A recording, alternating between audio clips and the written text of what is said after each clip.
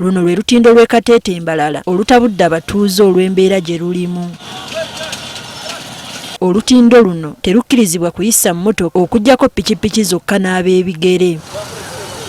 Kati abatuuze abakozesa olutindo luno bakedde kuva mu mbeera okulaga obutali bumativu bwabwe olw'abakulembeze mu kibuga Mbalala obutakola lutindo luno. Museveni aliyo nakora enguuto mu Lukongo nakyo busasa okushanga n'osiga enguuto z'abatuuze bambarra abanyakatete okutwariza hamwe na ebicweka bitererire okushanga olutindo olu baryo nibaruteerateera ebiraka abantu baryo nibagwamu. Wabula bano poliisi balabuukiridde mangu okuzza embeera mu nteeko.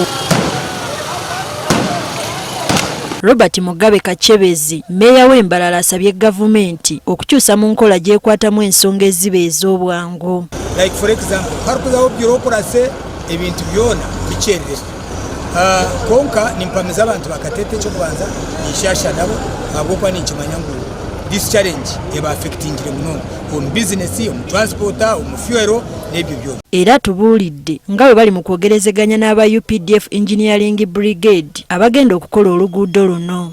Turi on final stages n'aba UPDF Engineering Brigade okukola MOU bakatandika omuliro. That is the only thing. Tiine kituufu basa kukola MOU yabetakaji.